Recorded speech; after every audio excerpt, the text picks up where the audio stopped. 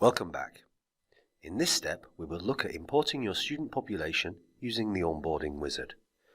Please read through the article and follow the hints and tips that are listed on this. Let's start the wizard. The first page requires you to upload the template. So let's go to support.msm.io and download this from the onboarding article for students. It is located in the Getting Started category. The link is at the bottom of the article. Let's open it and check out the columns.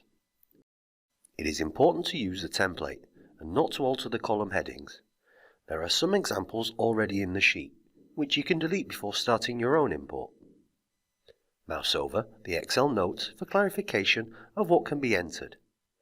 Some fields, such as gender and countries, require a set format. Note the mandatory fields of first name, surname. Once you've filled out the columns, let's return to your onboarding wizard and upload your Excel sheet, and move to the next step. Now, we have to map the sheet columns to data fields within inside a student's MySchool profile. First thing to note is that issues have been detected. The two mandatory fields have not been mapped. We will go ahead now and map our fields to resolve this. Let's match the column heading to the left to an import field from the drop-down list. And let's complete this for all the fields on the import template. As you can see, the issues are resolved when we map the mandatory fields. So we'll finish off by mapping the rest of the fields.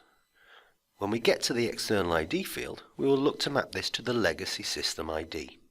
As discussed in the article, we are going to be using this for enrollments and relationships later on. Always select the name type from the selections. Otherwise, the import will not be able to map the entries if you use the ID field. For the phone number, we have to choose what type of phone has been entered. This is more commonly a cell phone type, so let's find that in the drop-down list. We have now successfully mapped the columns, so let's move to the validation phase. We have a list of all the students with their details correctly mapped. There appears to be one issue.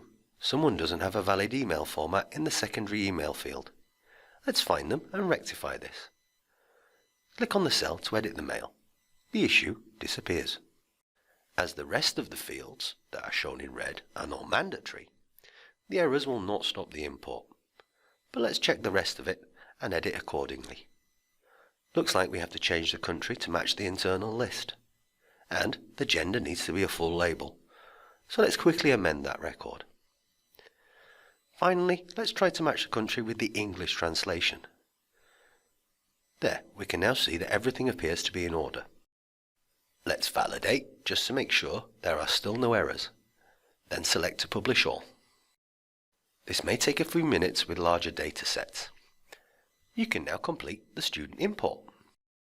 As explained in the article, the students are not yet active, so they cannot be searched using the quick search bar. Instead, go to Administer, Advanced Options, and open Advanced Search. Enter the first few letters of the student's name. We can now see that two students with that name are in the system. So let's load the profiles and check out our import. We can see that the profile is a student, but it has not yet been enrolled in a class.